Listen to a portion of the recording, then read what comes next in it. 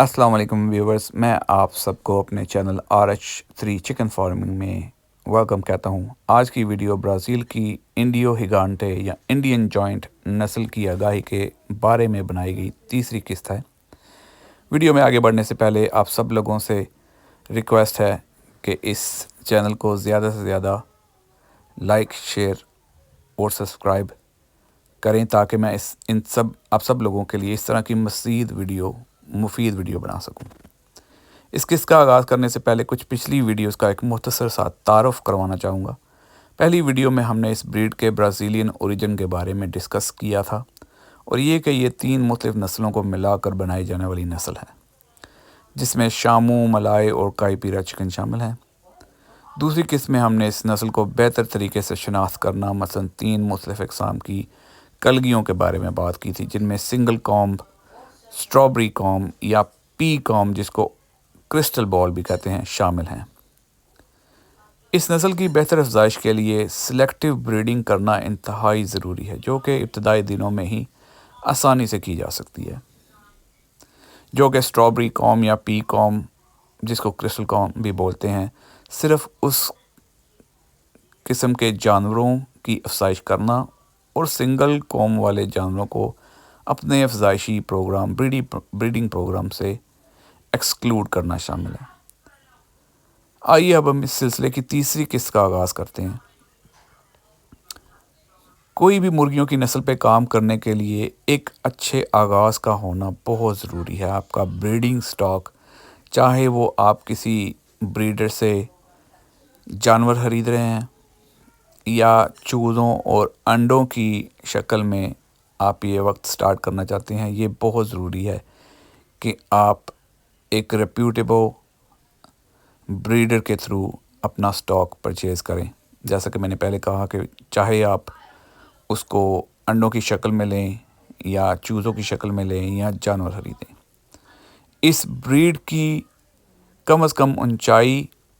مرغوں میں 105 centi metre اور مرغیوں میں 90 سینٹی میٹر درکار ہے۔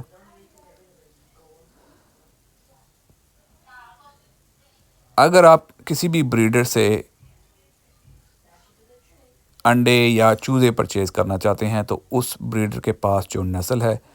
اس کی ہائٹ کی ویڈیوز ضرور ریکویسٹ کریں، پکچرز ریکویسٹ کریں، تاکہ آپ کو اندازہ ہو سکے کہ اس بندے کے پاس ایکچوئل میں کس ہائٹ کے برڈز ہیں۔ زیادہ تر بریڈر آپ کو اپنی A1 کوالٹی کے برڈز کے انڈے پرووائڈ نہیں کرتے اور یہ انڈے بہت کاسٹلی پرائس میں بھی ملتے ہیں۔ میں خود اس چیز کا شکار ہو چکا ہوں، جس میں نے مختلف ملکوں سے منگائے گئے انڈے انکیوبیٹ اور ہیچنگ کرنے کے بعد اور ایک طویل مدت تک انتظار کرنے کے بعد مایوسی کا شکار ہوا، کیونکہ وہ نسل اس کم از کم اونچائی کے معیار کو نہیں پہنچ سکی۔ اس میں کچھ انڈے میں نے جرمنی اور ترکی سے بھی منگوائے، لیکن اس سب کے بعد میں اسی نتیجہ پر پہنچا ہوں کہ اکثر و بیشتر لوگوں کے پاس اس نسل کے جانور اصل کوالٹی میں موجود ہی نہیں ہیں۔ اب مسئلہ یہ ہے کہ اگر آپ انڈوں سے شروعات کرنا چاہتے ہیں تو انڈے کدھر سے حاصل کریں، کیونکہ برازیل سے انڈوں کا حصول تقریباً ناممکن ہے بین الاقوامی پابندیوں کی وجہ سے، اور برڈ اور چھوٹے ایک دن کے چوزے منگوانا بھی اس وقت ممکن نہیں ہے۔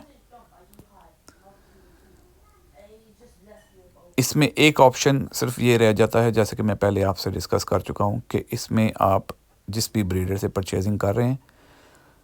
اس کے جانور کی مکمل ویڈیوز، اس میں پی کام اور اسٹرابری کام، وہ ان کو آئیڈینٹیفائی کریں۔ سنگل کام والے برڈز جو ہیں ان کے انڈے آپ ان سے مت خریدیں، کیونکہ وہ آپ کے چوزے نکل بھی آئیں گے تو وہ اپنی 6 مہینے، 7 مہینے یا 10 مہینے کی مدت پوری کرنے کے بعد بھی اس ہائٹ تک نہیں پہنچ سکیں گے جو اس بریڈ میں A1 کوالٹی میں درکار ہے۔ اس لیے سب سے پہلے انڈے خریدنے سے پہلے قوم کے بارے میں انکوائر کریں، جو کلگی ہے اس کے بارے میں انکوائر کریں، اس کے بریڈ کی جو سٹینڈرڈ ہائٹ ہے وہ کتنی ہے، اس کے پاس سب سے زیادہ ہائٹ والا کون سا برڈ ہے، اس بارے میں انکوائر کریں، یہ بہت ضروری ہے۔ مزید معلومات کے لیے RH3 چکن فارمنگ کو سبسکرائب کریں۔ بہت شکریہ۔